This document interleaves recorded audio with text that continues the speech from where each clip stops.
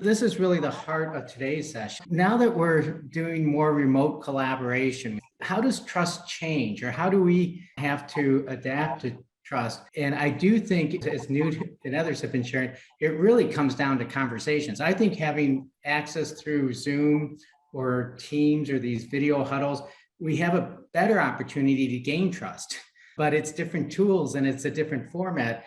And Newt's the one that taught me, I use him, I really respect him as a mentor, is so much of this just comes down to talking and conversation and access. And of course, we want to be transparent and authentic. And we have lots of good people on the phone for this, but I'd like to have others on this session. How do you know if trust is missing in remote teams?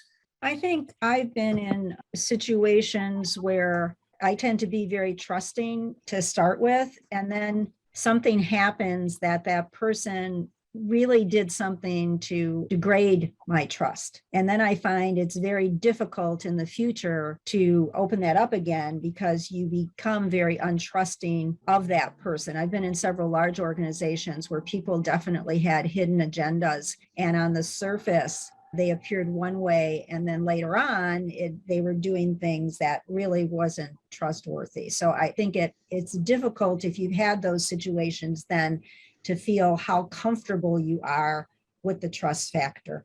So Tomas, would you like kind of revisit or at least describe the trust equation that's on the screen? Sure. This was from an earlier presentation. I can't say I have a lot of expertise on the research behind this, but just the idea that trust has many components to it, right? You have to have, people have to demonstrate credibility. You have to show reliability. I think that Deborah was talking about that as well, or intimating around that. And then needs to be this intimacy, this closeness between, the individuals. And a lot of that has to be around the self-orientation is how you exhibit those and how you go about demonstrating those behaviors. This slide here is just asking for some engagement on your part. Where are the trust concerns in your organization? And it doesn't have to be your organization in particular, what you've seen, what your experience has been, as far as where are there trust issues and concerns, mostly at that executive level, between leadership and the workforce, or within and amongst the working teams?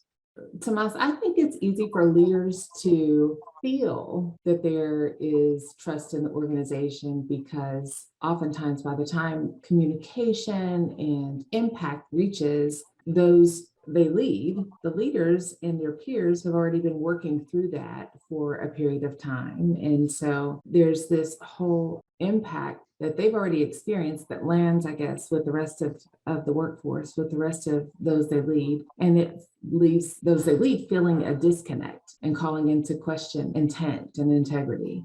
I'll freely put myself in front, going that blank look and the tears in the head. For me, it's the example that is in my head was, and it was around teams. It was teams to teams not trusting each other. Part of it was born by an organizational hierarchy that did not support cross communication.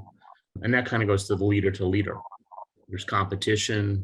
You measure what matters, and they're rewarded by output. Somebody in chat said that earlier here. Jennifer did. And it's true. I mean, tell me how many organizations reward leaders for retention, reward leaders for engagement factors, for high engagement numbers. They want them, but are you rewarded for them? I haven't found anybody yet.